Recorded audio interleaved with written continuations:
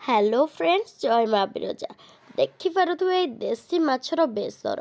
ଆଜି ଯେହେତୁ ରବିବାରଟା ଅଛି ତ ଆମେମାନେ ଗାଁରେ ଅଛୁ, ଭାବିଲୁ ଚାଲ ବନେଇବା ଦେଶୀ ମାଛର ବେସର, ଯେଉଁଟାକି କିଛି ଦିନ ହେବ ଜମା ବି ଖିଆ ହେଇନି।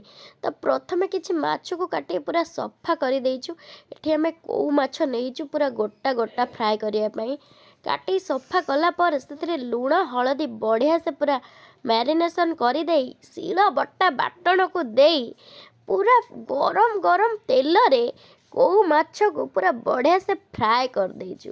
ତାପରେ କଉ ମାଛକୁ ଫ୍ରାଏ କରିକି ତାପରେ ଗୋଟେ ସୁନ୍ଦର କରିକି ପ୍ଲେଟ୍କୁ କାଢ଼ି ନେବା। ତା ସହିତ ଆମର ଏଠି କିଛିଟା ବାଳିଆ ମାଛ ମଧ୍ୟ ଥିଲା, ମୁଁ ତାକୁ ମଧ୍ୟ ପୁରା ଗରମା ଗରମ ତେଲରେ ପିସ୍ ଗୁଡ଼ାକୁ ଦେଇ ଫ୍ରାଏ କରି ନେଉଛି।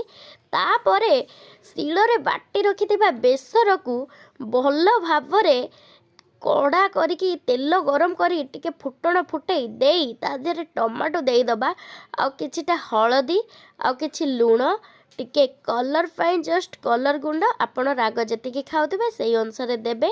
ତ ତାପରେ ଆମ୍ବୁଲଟି ବି ଦେଇଛୁ ପାଣିରେ। ତାପରେ କଡ଼ା ହେଇକି ଭଜା ହେଇଥିବା ସେ ଯେଉଁ ଗୋଟା ଗୋଟା କଉ ମାଛକୁ ବଢ଼ିଆ ସେ ଦେଇ ଟିକେ ଝୋଳ ଫୁଟିବା ପର୍ଯ୍ୟନ୍ତ ତାକୁ ଛାଡ଼ିଦେବା। ଯେମିତି ଝୋଳଟା ଫୁଟି ଫୁଟି କଉ ମାଛର ଫ୍ରାଏଟା ପୁରା କ'ଣ ଲାଗୁଥିଲା ମୁଁ କହିପାରିବିନି। ମୋର ତ ମାଛ ହେଇଗଲାଣି, ମୁଁ ଚାଲିଲି ଖାଇବାକୁ। ଆପଣମାନେ ବି ଦେଶୀ ମାଛ ବନାନ୍ତୁ, ଖାଆନ୍ତୁ, ମୋତେ କମେଣ୍ଟ ସେୟାର କରନ୍ତୁ।